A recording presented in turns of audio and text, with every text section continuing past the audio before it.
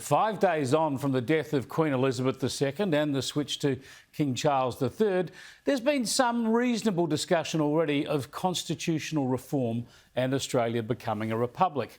Prime Minister Anthony Albanese, a staunch Republican, has said that he won't be pushing for a republic referendum in this term of government, despite appointing a minister for the Republic when he won office.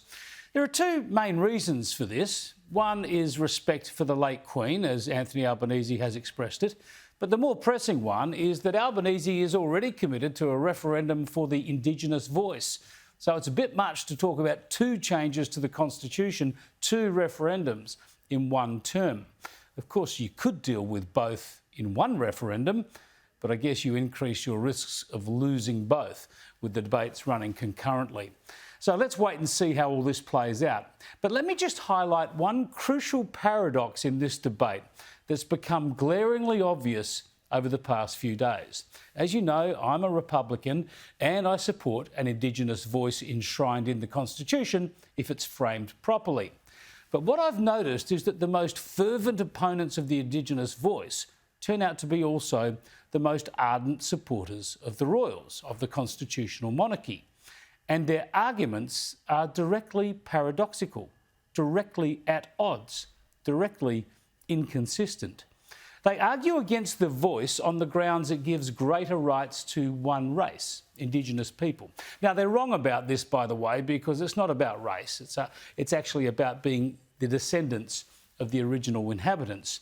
And there are no rights being awarded, only a fair and reasonable chance to have a say on the issues affecting them.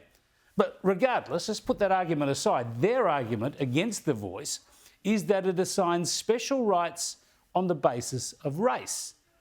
Yet they stridently defend the institution of the monarchy, the supremacy of the royal family, an authority, a right that is divorced from any democratic process, that involves a privilege and a power handed down by birthright. A birthright beholden not just to one race of people, nor just one nationality, nor just one religion, but to one family.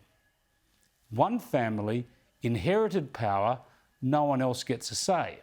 That's the system so many of these so-called conservatives valiantly defend, while at the same time they tell Indigenous Australians it will give them way too much privilege if they're allowed to even offer some non-binding advice on laws that will affect them.